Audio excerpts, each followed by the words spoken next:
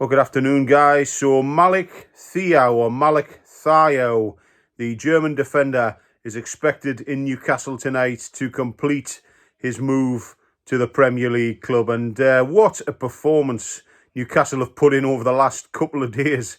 Not so much on the pitch, but definitely with this transfer, because it came out of the blue and it's gathered speed every hour of the day, hasn't it? You know that personal terms have been agreed, an agreement between the clubs. The player is looking forward to coming to Tyneside, and the next thing you know, he's flying into Newcastle tonight to complete the deal. Fantastic stuff. So Malik Thiaw, what do we know about him? Well, not a lot really. Plays for AC Milan, and he is looking to play in the Premier League. That's all I know about him, to be honest. Will he bring a bit of stability to the back line? Yeah, I mean, we have got some good players at the club already, but, the likes of Fabian Schär, Sven Botman, Alex Murphy, Dan Burn. Alex Murphy's still coming in there, trying to break into the back line, but he's still a young lad. And Fabian Schär, Dan Burn, Sven Botman, touch and go with injuries at the minute. So I think Malik Thiaw's introduction into the Newcastle back line would be very welcome. And I'm told Newcastle have actually fended off a late approach from Bayern Munich and Juventus for his services. So some good work there for Newcastle, and let's hope that everything I'm told is correct, that he is flying in to complete a deal to Newcastle United in the next few hours. So that's one player. But we've been linked with three more over the last couple of days, haven't we? I mean, one of them is Johan Wissa. Apparently, Brentford and the player have turned down a late approach from Liverpool to seal his move to Tyneside. But the question is, when is he going to come up? They're saying that it's ongoing, that he will be coming up to sign a deal. But I think it also depends whether Brentford can get a replacement in within the coming days. So Johan Wissa is still a major possibility for Newcastle United. Nicholas Jackson, he's been looked at by Tottenham Hotspur as well as Newcastle. Chelsea are wanting £70 million for Nicholas Jackson. Now, that might be a bit of a stumbling block because, I personally don't think he's worth 70 million quid. I don't think the Newcastle United hierarchy think he's worth 70 million quid. And, the player himself will probably look at that and think, well, I want to move away from Chelsea. I want to try something new. Am I really worth 70 million quid?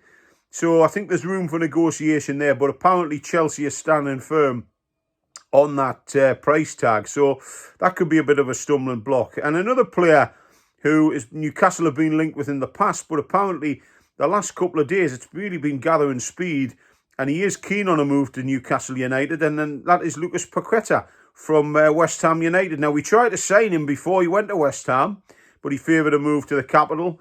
But he's been in and out the team at West Ham, and fallings out with certain players and managers alike.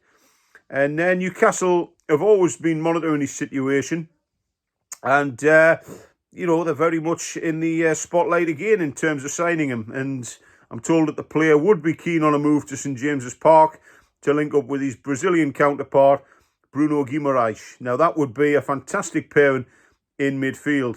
And for Newcastle United, that would be a great signing, I think, because he's quick, he's strong, and he can score goals. He likes to get forward. So Newcastle United there, and for Lucas Paqueta as well. And it's been rumoured over the last couple of days, but it seems to have gone cold, that Newcastle were looking at the possibility of bringing Aston Villa midfielder John McGinn into the club. Now, again, I like John McGinn. I think he's a strong player.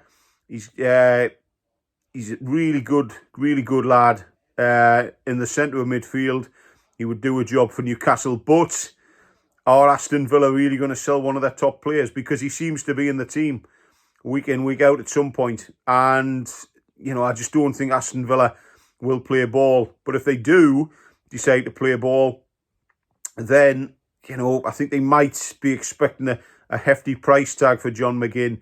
And to be quite honest, if you're going to pay, X, Y, and Z for John McGinn, you might as well go the full hog and try and sign Ollie Watkins, which is the next player that I'm coming on to it keeps blowing hot and cold, this one. 1 minute we're interested, next minute we're not. But his name still keeps flying round.